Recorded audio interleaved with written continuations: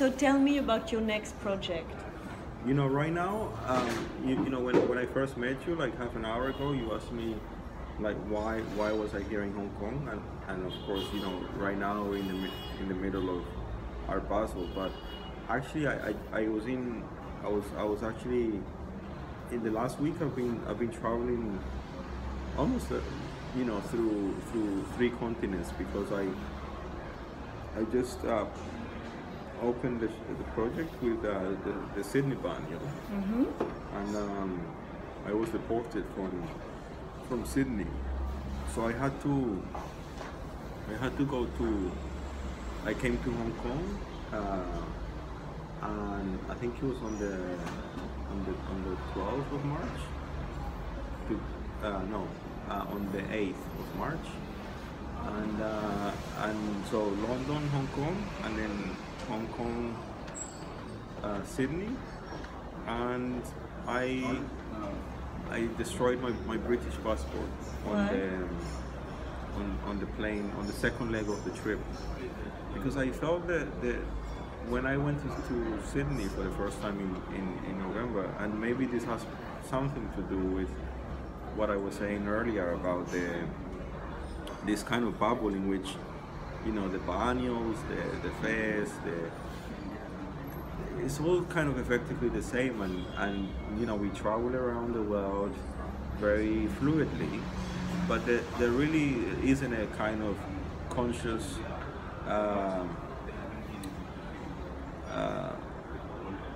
understanding of you know, what it is that is happening, you know, around us. You know, the criticality that happens is so it's so like facile. You know, it's not really. There's no real. Nothing's jarring. Nothing's cutting. You know? So why to destroy the passport? I think the action of destroying the passport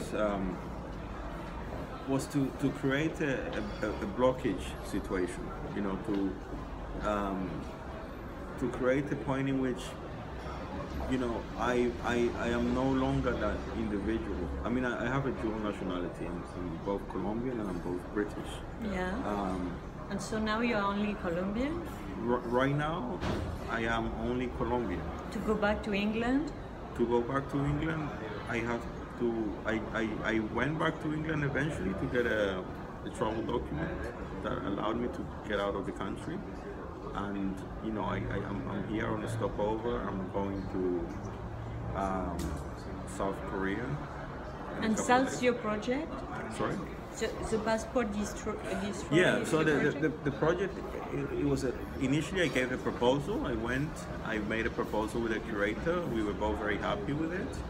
I was at the same time feeling uncomfortable because despite the agenda for the biennial, which I think, you know, wanted to propose a strong situation, there seemed to be a lot of conservative attitudes towards allowing an artist to be very freely expressive.